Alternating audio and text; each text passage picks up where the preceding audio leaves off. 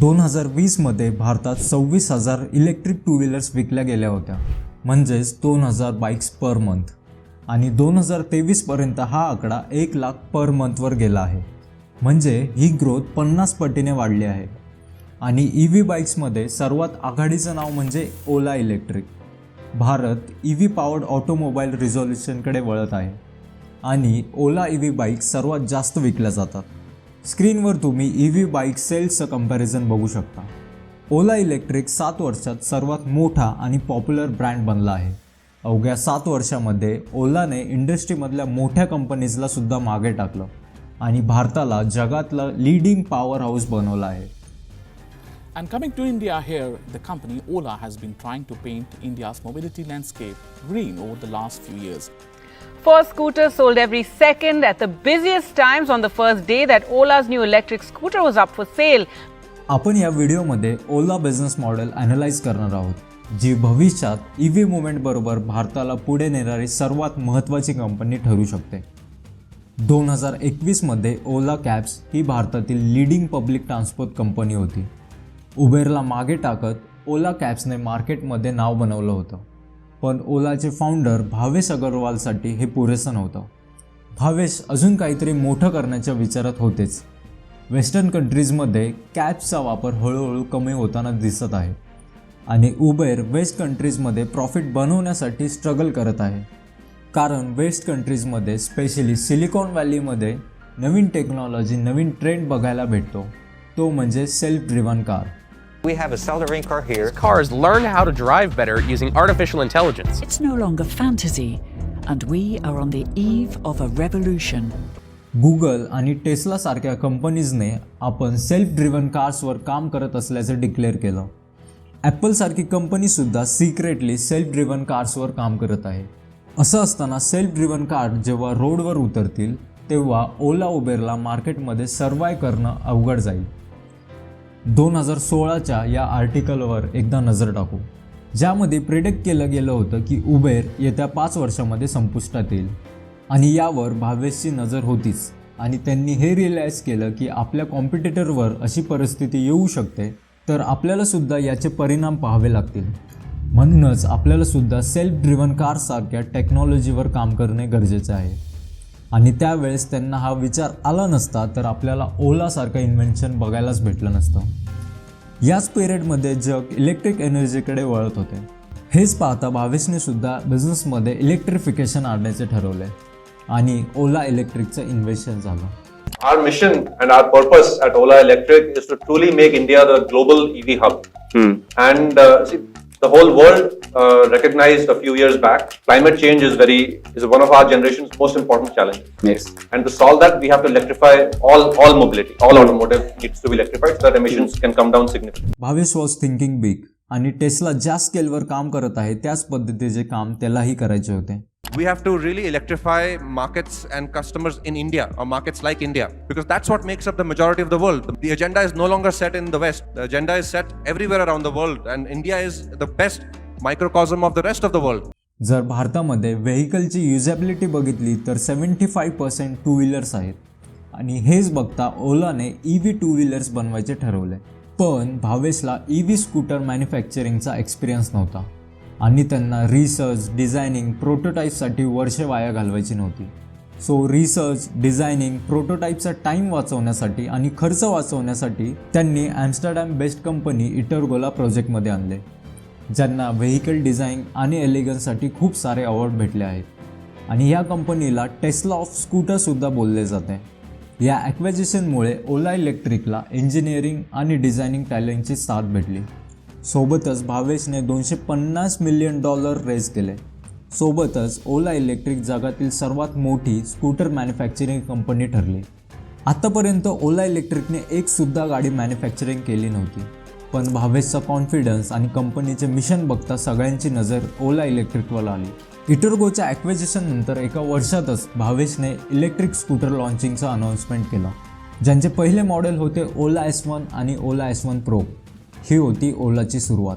ओला इलेक्ट्रिकला पहिल्या दिवसापासूनच pre order येऊ लागल्या. पहिल्या 24 तासातच त्यांना 1 लाखपेक्षा जास्त प्री ऑर्डर आल्या आणि ते world most pre order scooter बनले. आणि आत्तापर्यंत लोकांना ओला इलेक्ट्रिकबद्दल काहीच माहीत नव्हते. त्यांनी फक्त भावेशचे व्हिडिओ बघितले होते ज्यामध्ये भावेश ओला स्कूटर चालवताना दिसतात. पण लोकांची EV बद्दलची क्रेज, त्यांची ओढ आणि त्यांचा प्रेफरन्स पाहता भावेशचा EV स्कूटर मॅन्युफॅक्चरिंग डिसिजन अगदी बरोबर ठरला. या डिसिजन बरोबरच ओलाने अजून गोष्टीसुद्धा राईट वे आणि राईट टायमिंगवरती केल्या, ज्यामधील सगळ्यात महत्त्वाची गोष्ट म्हणजे मार्केटिंग. त्यांची मार्केटिंग एवढी जिनियस आहे की त्यांचे कॉम्पिटिटर आणि ॲथरचे फाउंडरसुद्धा हे एक्सेप्ट करतात. What Ola is doing well and what we are not is getting the message out. Marketing? The marketing is damn good compared to us. ओला इलेक्ट्रिकने त्यांच्या फायनान्शियल इयर 2022च्या रेव्हेन्यूमधला 10.8% रेव्हेन्यू मार्केटिंगवर खर्च केला आहे. आणि रेव्हेन्यूचा 10.8% म्हणजे 45 करोड रुपये.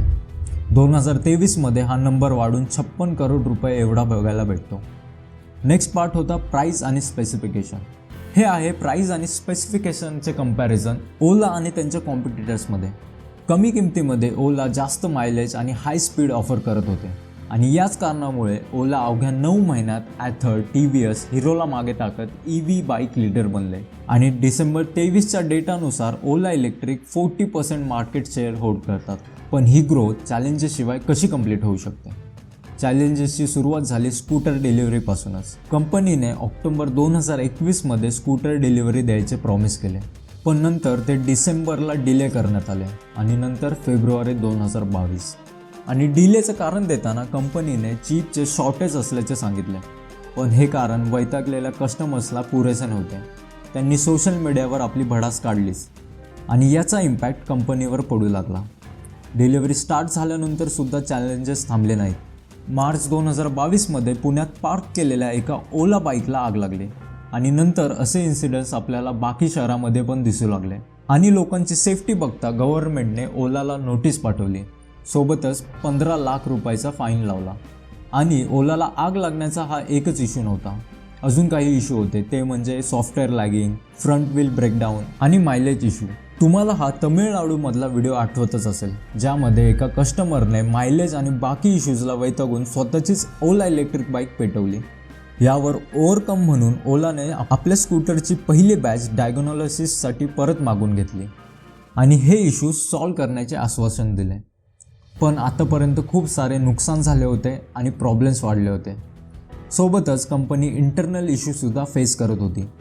ते म्हणजे लोकांनी भावेशच्या लिडरशिपवर प्रश्न उचलले. भावेश आपल्या एम्प्लॉईजवर ओरडत असल्याचे, त्यांच्यावर प्रेशर टाकण्याचे इन्सिडेंट समोर येऊ लागले आणि परिणाम म्हणून कंपनीमधल्या सिनियर लोकांनी कंपनी सोडण्याचे निर्णय घेतले. कंपनी खूप जास्त अडचणीत दिसत असताना सुद्धा कंपनीजने ओव्हरकम केले त्यांच्या फ्युचर प्लॅनसोबत. जसं मी व्हिडिओच्या सुरुवातीला सांगितलं होतं, भावेशचं स्वप्न खूप मोठं होतं. सो भावेशने EV स्कूटरच्या सक्सेसनंतर EV मोटर्समध्ये एंट्री घेतली. EV मोटरसायकल इंडस्ट्री स्कूटर इंडस्ट्रीपेक्षा डबल आहे. भारतात EV मोटरसायकल जम धरायला 2023ची वाट बघावी लागेल असं वाटत असताना मागच्या वर्षी 2023मध्ये भावेशने मोटरसायकलमध्ये diamond head, adventure, cruiser, daily commute, रोस्टरसारखे सेगमेंट लॉन्च केले. EV स्कूटर आणि मोटरसायकलसोबत ओला इलेक्ट्रिक कार्सवर सुद्धा काम करत आहे आणि डिसेंबर 24पर्यंत ओला कारसुद्धा लॉन्च होऊ शकतात. पण ह्या ह्यूज एक्सपान्शनमध्ये आपल्याला एक गोष्ट बघायला लागेल, ती म्हणजे भारत बॅटरीसाठी लिथियम चीनकडून इम्पोर्ट करत आहे. यावर भावेशने स्वतः ही एनर्जी बनवायचे ठरवले, स्वतःचे लिथियम सेल्स. त्यासाठी भावेशने स्वतःची लिथियम आयन फॅक्टरी उभारली, जिचं नाव आहे गिगा फॅक्टरी. ज्यामुळे खूप सारे इश्यू सॉल्व झाले. मेन म्हणजे ओलाचा बॅटरी इश्यू. ओला गिगा फॅक्टरी 1.4 गिगावॅटवर काम करत आहे आणि वर्षाच्या शेवटी 100 गिगावॅट प्रोड्यूस करण्याचे कंपनीचे गोल आहे. आणि असं झालं तर गिगा फॅक्टरी जगातील सर्वात मोठी लिथियम आयन प्रोड्युसर बनेल. पण जर तुम्हाला ओलाचा आत्तापर्यंतचा सक्सेस समजायचं असेल तर तुम्हाला भावेश अग्रवालला समजण्याची गरज आहे. भावेशची मल्टिपल सेक्टरमधली ओढ बघता हे लोकांना डिस्ट्रॅक्शन वाटू शकते, पण यामागे भावेशचा मास्टर प्लॅन होता. पण एवढ्या मोठ्या एक्सपान्शन ग्रोथनंतर सुद्धा ओला प्रॉफिटेबल कंपनी आहे की नाही हा प्रश्न येत आहे. जर या टॉपिकवर तुम्हाला व्हिडिओ हवा असेल तर आम्हाला कमेंटमध्ये नक्की सांगा. ओला प्रॉफिटेबल आहे की लॉस मेकिंग कंपनी आहे, यावर आम्ही नेक्स्ट व्हिडिओ नक्कीच बनवू. 2017मध्ये ओला कॅब्स नंतर ओला स्कूटर, ओला मोटरसायकल, गिगा फॅक्टरी सोबतच भावेश कृत्रिम नावाची एक AI कंपनी सुद्धा चालवत आहे. अँड आय होप या AIचे फायदे आपल्याला ओला EV बाईक्समध्ये सुद्धा नक्कीच पाहायला भेटतील. आजच्यासाठी एवढंच. भेटूया नवीन व्हिडिओमध्ये. तुमचं भावेश आणि ओलाबद्दल काय मत आहे हे आम्हाला कमेंटमध्ये नक्की कळवा आणि सोबतच चॅनलला सबस्क्राईब करा.